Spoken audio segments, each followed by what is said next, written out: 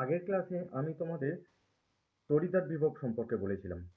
যে কোনো তড়িৎদ্বারের বিভব মাপতে গেলে তাকে হাইড্রোজেন ইলেকট্রোডের সঙ্গে সংযুক্ত করতে হয়। ইউরোপিয়ান এবং আমেরিকান পদ্ধতি অনুসরণে যে কোনো আলোচ্য তড়িৎদ্বারের তড়িৎদ্বার মাপার ক্ষেত্রে সেটাকে যখন হাইড্রোজেন তড়িৎদ্বারের সঙ্গে সংযুক্ত করা হবে, তার আধান যদি ঋণাত্মক হয় তাহলে তার যে বিভব পাবে সেই বিভবের আগে নেগেটিভ সাইন যুক্ত হবে। যদি ওই আলোচ্য তড়িৎদ্বার হাইড্রোজেন তড়িৎদ্বারের সঙ্গে সংযুক্ত কালে ধনাত্মক আধান প্রাপ্ত হয়, তাহলে তার বিভব এর আগে পজিটিভ সাইন হবে। এবার হচ্ছে ওই আলোচ্য তড়িৎদ্বারের বিভব মাপবো কিভাবে? তাকে যখন হাইড্রোজেন তড়িৎদ্বারের সঙ্গে সংযুক্ত করে দেওয়া হবে এবং যুক্ত করে যখন বাইরে পরিবাহী তার যখন করা হবে, সেই পরিবাহী তারের সঙ্গে একটা পোটেনশিওমিটার যুক্ত করলে সেই পোটেনশিওমিটারের যে পাঠ পাবো সেটাই হবে আলোচ্য তড়িৎদ্বারের বিভবের সংখ্যাগত মান। এই কারণ হচ্ছে হাইড্রোজেন তড়িৎদ্বারকে আমরা জিরো ধরি, তাহলে যে মানটা পাবো সেটা হচ্ছে আলোচ্য তড়িৎদ্বারের জন্য। তাহলে এখান থেকে আমরা নির্দিষ্ট করতে পারি যে আলোচ্য তড়িৎদ্বারের বিভব কত। এবার ওই তড়িৎদ্বারগুলোকে যদি আমরা পরপর সাজাই, একটা কম থেকে বেশি আকারে যদি সাজাতে থাকি, তাহলে আমরা একটা শ্রেণী পাবো, সেটাকে বলা হচ্ছে তড়িৎ রাসায়নিক শ্রেণী। যেখানে মাঝখানে থাকবে হাইড্রোজেন, যাকে শূন্য ধরা হচ্ছে, তার সাপেক্ষে নেগেটিভ থাকবে ওপরে, তার সাপেক্ষে পজিটিভ থাকবে নিচে। নেগেটিভ অর্থাৎ সব থেকে বেশি নেগেটিভ যেটা থাকবে সেটা হচ্ছে ওপরে, অর্থাৎ তার বিভব হচ্ছে মাইনাস এত। এখানে মনে রাখতে হবে যেই বিভবটা লেখা হয় যেটা, এটা সাধারণত বিজারণ বিভব লেখা হয় সব জায়গায়। নিয়ম হচ্ছে বিজারণ বিভব, যদি কোনো উল্লেখ না করে দেওয়া থাকে তাহলে যে বিভবটা হবে সেটা হচ্ছে বিজারণ বিভব। এছাড়া বিজারণ বিভবকে জারণ বিভবে কিভাবে পরিবর্তিত করা যায়? শুধুমাত্র সাইনটা চেঞ্জ করেই বিজারণ বিভবকে জারণ বিভবে পরিবর্তিত করা যায়। আবার জারণ বিভবকে বিজারণ বিভবেও কিন্তু সাইনটা চেঞ্জ করে দেওয়া যায়। উপরে থাকবে সব থেকে কম, তারপর আস্তে আস্তে আস্তে আস্তে নিচের দিকে বাড়বে বিজারণ বিভব। এই এই যে শ্রেণীটা, এই শ্রেণীটার বৈশিষ্ট্য কি? এই শ্রেণীটার বৈশিষ্ট্য হলো ওপর দিকে কম, নিচের দিকে বেশি। অর্থাৎ ওপরের দিকে যে রয়েছে সেই মেটালগুলো, তাদের ক্ষেত্রে কিন্তু বিজারিত হওয়ার প্রবণতা খুব কম, খুব কম। এরা কিন্তু তুলনামূলকভাবে জারিত অবস্থায় থাকতে পছন্দ করে। আর নিচের দিকে যেগুলো থাকবে সেগুলো হচ্ছে বিজারিত আকারে বিজারিত হতে পারে। উম, দ্রুততার সঙ্গে বিজারিত হতে পারে, অর্থাৎ এদের বিজারণ ক্ষমতা অনেক বেশি। উপর থেকে নিচে গেলে বিজারিত হওয়ার প্রবণতা কিন্তু বাড়ে। আর উপরে যারা রয়েছে তাদের জারিত হওয়ার প্রবণতা কিন্তু বেশি। এইটা হচ্ছে তড়িৎ রাসায়নিক শ্রেণীর বৈশিষ্ট্য। এই তড়িৎ রাসায়নিক শ্রেণীর সাহায্যে আমরা কিন্তু অনেক কিছু কেমিক্যাল প্রক্রিয়া সংগঠিত করতে পারি। যেমন হাইড্রোজেনের সাপেক্ষে যারা ওপরে রয়েছে সেই মেটালগুলো ইজিলি হাইড্রোজেনের গঠিত যৌগ থেকে হাইড্রোজেনকে বের করে দিতে পারে। ঠিক অনুরূপভাবে যারা যে কোনো যে মেটালগুলো রয়েছে তাদের যে কোনো যৌগ থেকে তার সাপেক্ষে ওপরের যেগুলো রয়েছে সেগুলো কিন্তু সেই মেটালকে প্রতিস্থাপিত করতে পারে। এখানে তাহলে আমরা তড়িৎ রাসায়নিক শ্রেণীর বৈশিষ্ট্য সম্পর্কে জানবো। তড়িৎ রাসায়নিক শ্রেণীর বৈশিষ্ট্য কি? এখানে তড়িৎদ্বারগুলোর বিক্রিয়াকে বিজারণ বিক্রিয়ার আকারে লেখা হয়েছে এবং স্ট্যান্ডার্ড হাইড্রোজেন ইলেকট্রনকে জিরো ধরা হয়েছে। ওপর থেকে নিচে যত নামবো তত বিজারণ বিভবের মান কিন্তু বাড়বে। বিজারণ বিভব যত বেশি হবে, বিজারিত হওয়ার প্রবণতাও কিন্তু তত বেশি হবে। তুলনামূলকভাবে সারির ওপরের দিকে যেগুলো রয়েছে সেগুলো কিন্তু জারিত হবে বেশি, আর নিচের দিকে যেগুলো হবে সেগুলো হচ্ছে বিজারিত হওয়ার পরিমাণ হচ্ছে তাদের ক্ষেত্রে বেশি। এরপরে আমরা তড়িৎ রাসায়নিক শ্রেণীর প্রয়োগ সম্পর্কে জানবো। একটু আগেই তোমাকে বলেছি হাইড্রোজেনের সাপেক্ষে যারা উপরে, সেই ধরনের মেটালগুলো হাইড্রোজেনের লঘু অ্যাসিড থেকে বা তার একটা যৌগ জল, সেখান থেকে কিন্তু সহজেই হাইড্রোজেনকে প্রতিস্থাপিত করে তার জায়গায় দখল করে নিতে পারে। অর্থাৎ HCl থেকে আমরা হাইড্রোজেন এবং H2O থেকে ইজিলি আমরা কিন্তু হাইড্রোজেন পেতে পারি। এবং যে দুটো যদি মেটালকে কম্পারিজন করা হয়, ওপরের সারিতে ওপরে থাকা মেটালগুলো নিচে থাকা মেটাল সল্ট থেকে ইজিলি কিন্তু মেটালকে প্রতিস্থাপিত করে দিতে পারবে। ঠিক যেমন CuSO4 আর আয়রনের যদি বিক্রিয়া করি, আয়রনটা যেহেতু ওপরে থাকে, আয়রন কিন্তু কপারকে সহজেই প্রতিস্থাপিত করে বের করে দিতে পারবে। ঠিক সেই রকমভাবে মেটাল অক্সাইড আছে, সেই মেটাল অক্সাইডে Fe2O3 প্লাস অ্যালুমিনিয়াম যদি হয়, এই অ্যালুমিনিয়াম কিন্তু ইজিলি আয়রনকে কিন্তু বের করে দিতে পারে, কারণ অ্যালুমিনিয়াম হচ্ছে আয়রনের সাপেক্ষে ওপরে রয়েছে। এরপরের যেটা রয়েছে, এখান থেকে ভালো কোশ্চেন আছে, শর্ট কোশ্চেন। 5 নম্বরে যেটা রয়েছে প্রকৃতিতে অবস্থান, অর্থাৎ মৌলটা মুক্ত অবস্থায় থাকবে না যৌগ আকারে থাকবে। মুক্ত অবস্থায় তখনই থাকতে পারবে যদি সে উম, অর্থাৎ সে জারিত অবস্থায় কম পরিমাণে থাকতে পারে। যেমন Na, কে আর ক্যালসিয়াম এদের সঙ্গে যদি কম্পারিজন করা হয়, সিলভার, কপার অর্থাৎ বড় ধাতুগুলো, Au সোনা, এরা কিন্তু এদের হচ্ছে তড়িৎ রাসায়নিক শ্রেণীতে এরা উপরে রয়েছে, ওপরে। আর এরা হচ্ছে নিচে রয়েছে। এরা যেহেতু ওপরে রয়েছে, এদের বিজারিত হওয়ার প্রবণতা খুব কম, জারিত হয়ে যায় খুব সহজে, সেই জন্য প্রকৃতিতে এরা যৌগ আকারে থাকে বেশি পরিমাণে। কিন্তু অন্যদিকে যদি দেখি আমরা, এই ধাতুগুলো, বড় ধাতুগুলো, এরা কিন্তু তড়িৎ রাসায়নিক শ্রেণীতে নিচের দিকে অবস্থিত। তড়িৎ রাসায়নিক শ্রেণীতে নিচে মানে বিজারিত হওয়ার প্রবণতা এদের ক্ষেত্রে সব থেকে বেশি, সেই জন্য এরা কিন্তু মুক্ত অবস্থায় প্রকৃতিতে থাকে। এরপরে হচ্ছে আমরা তড়িৎচালক বল নির্ণয় করতে পারি এর সাহায্যে। কীরকমভাবে তড়িৎচালক বল নির্ণয় করতে পারি? আমরা যদি দুটো তড়িৎদ্বারকে যুক্ত করে দিই, তাদের মধ্যে একটা যদি আননোন হয়, তাহলে কিন্তু আমরা একটা যদি আননোন হয়, একটা যদি নোন হয়, তাহলে আমরা E0 cell is equal to E0 cathode minus E0 anode, এই সূত্রের সাহায্যে অপর আননোনটা কিন্তু আমরা সহজে নির্ণয় করতে পারি তার তড়িৎচালক বল কত। এরপরে 7 নম্বরে যেটা রয়েছে সেটা হচ্ছে বিক্রিয়ার স্বতঃস্ফূর্ততা। বিক্রিয়ার স্বতঃস্ফূর্ততা, কোনো বিক্রিয়া স্বতঃস্ফূর্ত হচ্ছে কি না হচ্ছে তড়িৎ রাসায়নিক শ্রেণী থেকে ইজিলি বোঝা যায়। অর্থাৎ তড়িৎ রাসায়নিক শ্রেণী তো ওপর থেকে যত নিচে যাচ্ছি তত বাড়ছে। অর্থাৎ কোনো একটা একটা উদাহরণ দেয়া যাক। যদি এই উদাহরণটার কথা আমরা দেখি, copper two plus iron two plus কপারের সঙ্গে বিক্রিয়া করে কপার টু প্লাস আর আয়রন হচ্ছে। আমরা যদি তড়িৎ রাসায়নিক শ্রেণী দেখি, Fe টু প্লাস Fe, এই তড়িৎদ্বারের বিজারণ বিভব দেখা যাবে -0.44 ভোল্ট। আর Cu টু প্লাস এবং Cu যদি আমরা বিজারণ বিভব দেখি, তাহলে সেটা হচ্ছে +0.34। তাহলে এইটা যেহেতু প্লাস, এইটা বিজারিত হওয়ার প্রবণতা সব থেকে বেশি। হুম, বিজারিত হওয়ার প্রবণতা বেশি, কিন্তু এখানে হচ্ছে কি জারিত হচ্ছে। তাহলে এই প্রক্রিয়াটা কিন্তু কোনোভাবেই সম্পূর্ণ হবে না। অপরদিকে দেখতে পারি যে আয়রন টু প্লাস, এটা হচ্ছে -0.44, অর্থাৎ এর বিজারিত হওয়ার প্রবণতা খুব কম, কিন্তু এখানে দেখা যাচ্ছে এই প্রক্রিয়াটা কি বিজারণ, রেড হচ্ছে। কিন্তু এই প্রক্রিয়া তো সম্পূর্ণ হতে পারে না। আর এখানে হচ্ছে অক্সিডেশন হচ্ছে, এই প্রক্রিয়াটাও সম্পূর্ণ হতে পারে না। তাহলে আমরা তড়িৎ রাসায়নিক শ্রেণী থেকে কোনো বিক্রিয়া স্বতঃস্ফূর্ত হবে কি হবে না তা সহজে কিন্তু বলতে পারি। এরপরে আমরা পড়ব ইলেকট্রোড। এই ইলেকট্রোড অর্থাৎ তড়িৎদ্বারকে লেখা হয় কিভাবে? আমরা মূলত তড়িৎদ্বার, আমরা এখানে যে আলোচনা করব, 3 প্রকার তড়িৎদ্বারকে নিয়ে আলোচনা করব। Gaseous, metal, metal ion, metal sparingly soluble, sparingly soluble metal ion, আর লাস্ট আরেকটা যেটা ছিল সেটা হচ্ছে রেডক্স, রেডক্স ইলেকট্রোড। এই নিয়ে আলোচনা করব। এখানে কিভাবে লিখতে হয় এই ইলেকট্রোডগুলো সেই সম্পর্কে আমরা জানব।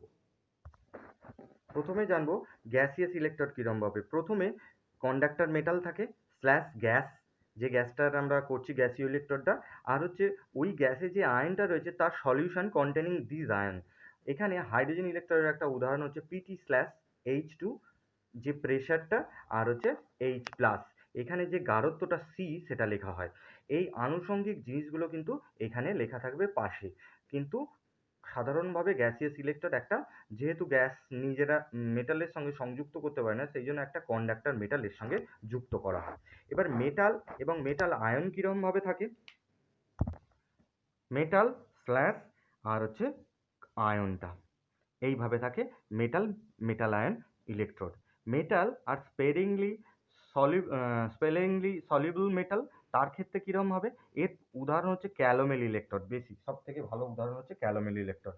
এই ক্যালোমেল ইলেকট্রোডটা সাধারণত হাইড্রোজেন যে রয়েছে, হাইড্রোজেনের তুলনায় হাইড্রোজেনের সাপেক্ষে হাইড্রোজেন যখন ইউজ করা যায় না, তখন এই ক্যালোমেল ইলেকট্রোডটাকে ইউজ করা হয়। এখানে কি হয়, একটা মেটাল থাকে, তার পাশে একটা অদাব্য ওই মেটালের আয়নটা থাকে, আর তার সংস্পর্শে থাকে একটা সলিউবল ওই অ্যানায়নটা থাকে। এইরকমভাবে মেটাল স্পেরিং উইথ সলিউবল মেটালের ইলেকট্রোডটা তৈরি করা হয়। রেডক্স ইলেকট্রোডের ক্ষেত্রে কীরকম করা হয়, একটা কন্ডাক্টর মেটাল থাকে পিটি, এরকম ধরনের কন্ডাক্টর মেটাল থাকে, আর তার সঙ্গে যে দুটো আয়ন অর্থাৎ জারণ বিজারণ হচ্ছে যে দুটো আয়ন, সেই দুটো আয়ন কিন্তু টু আয়ন কন্টেনিং আয়নস লেখা থাকে। ধরে নাও Fe2+ আর কমা Fe3+। এইরকমভাবে রেডক্স ইলেকট্রোডকে লেখা হয়। এখানে একটা জিনিস বলতে গিয়ে বলা হয়নি, যখন কোনো তড়িৎদ্বারের বিভব মাপবো তখন হাইড্রোজেন তড়িৎদ্বারকে সবসময় ব্যবহার করা যায় না, কারণ কিছু এর অসুবিধা আছে। কারণটা কি, H+ আয়নের অ্যাক্টিভিটি সবসময় এক রাখা যায় না, এবং হাইড্রোজেন গ্যাসের চাপ 1 atmosphere সবসময় রাখা যায় না। আবার যদি দ্রবণে হাইড্রোজেন গ্যাসে কিছু অশুদ্ধি থেকে যায় তাহলে কিন্তু প্ল্যাটিনাম তড়িৎদ্বারের কার্যকারিতা নষ্ট হয়ে যায়। এই সমস্ত কারণে কিছু কিছু ক্ষেত্রে হাইড্রোজেন ইলেকট্রোডের বদলে ক্যালোমিল ইলেকট্রোড ব্যবহার করা হয়। ক্যালোমিল ইলেকট্রোডটা কি আসলে? ক্যালোমিল ইলেকট্রোডটা হলো H+Ag2Cl2/CCl, যেখানে হচ্ছে মার্কারি Hg2Cl2 সংস্পর্শে থাকে, আবার এর সংস্পর্শে থাকে KCl। এটা হচ্ছে ক্যালোমিল ইলেকট্রোড, এর মাধ্যমে করা হয়। প্রথমে ক্যালোমিল ইলেকট্রোডটাকে হাইড্রোজেন ইলেকট্রোড দ্বারা স্ট্যান্ডার্ডাইজ করে নিয়েছে, তারপরে ওই ক্যালোমিল ইলেকট্রোডের সাহায্যে আলোচ্য ইলেকট্রোডের তড়িৎদ্বার বিভব নির্ণয় করা হয়।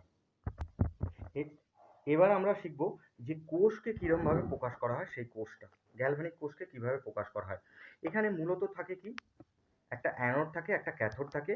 সেই অ্যানোড এবং ক্যাথোডকে একটা সল্ট ব্রিজ দ্বারা সংযুক্ত করা থাকে। এই অ্যানোডটা প্রকৃতপক্ষে কি, তড়িৎদ্বার। কোন তড়িৎদ্বারটা? যার হচ্ছে নেগেটিভ সাইন পাওয়া যাচ্ছে, নেগেটিভ সাইন থাকছে, অর্থাৎ তাদের যে চার্জটা থাকবে সেটা হচ্ছে নেগেটিভ, আর যেটা পজিটিভ চার্জটা থাকবে সেটা হচ্ছে ক্যাথোড। এই ক্যাথোডে বিজারণ হয়, আর অ্যানোডে হয় জারণ প্রক্রিয়া। কিন্তু এইটা সর্বদা অলওয়েজ আইপিসি রুল হচ্ছে লিখতে হয় লেফট সাইডে, আর এটা লিখতে হবে রাইট সাইডে। অলওয়েজ রাইট সাইডে লিখতে হবে। এখানে যে অ্যানোডটা লেখা হয়, এই অ্যানোডের কি থাকে, প্রথমে ধাতুর চিহ্ন থাকে স্ল্যাশ দিয়ে, আর হচ্ছে তড়িৎ বিশ্লেষ্য দ্রবণের সংকেত থাকে। এইভাবে অ্যানোডটা লেখা হয়। অনেক ক্ষেত্রে আবার এই তড়িৎ বিশ্লেষ্য দ্রবণের সংকেতের বদলে কি লেখা হয়, যে আয়নটা ওই বিক্রিয়ায় অংশগ্রহণ করছে, অর্থাৎ যার জারণ হচ্ছে, সেই আয়নের চিহ্নটা লেখা হয় উইথ চার্জ। এই সমস্ত ক্ষেত্রে পাশে কিন্তু অতিরিক্ত তথ্যগুলোকে লেখা হয়, অর্থাৎ আয়নের যে গাঢ়ত্ব সি দিয়ে পাশে লেখা হয়, বা পি দিয়ে প্রেসার লেখা হয়, পাশে আনুষঙ্গিক তথ্যগুলোকে লেখা হয়। ক্যাথোডের ক্ষেত্রে একই, শুধু একটু উল্টো। প্রথমে কি হবে, তড়িৎ বিশ্লেষ্যের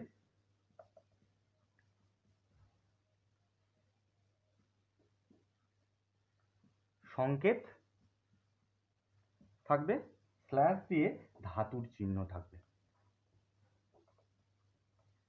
এখানে এবার আনুষঙ্গিক তথ্যগুলো এর পাশে লেখা হবে, তড়িৎ বিশ্লেষ্যের যে গাঢ়ত্ব থাকবে সেই গাঢ়ত্বগুলো। এখানে মনে রাখতে হবে, এখানে হচ্ছে এটা অ্যানোড আর এটা হচ্ছে ক্যাথোড।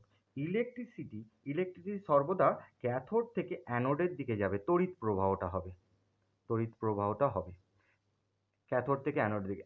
অনুরূপভাবে অ্যানোড থেকে ক্যাথোডের দিকে কি হবে, ইলেকট্রনের ফ্লোটা হবে।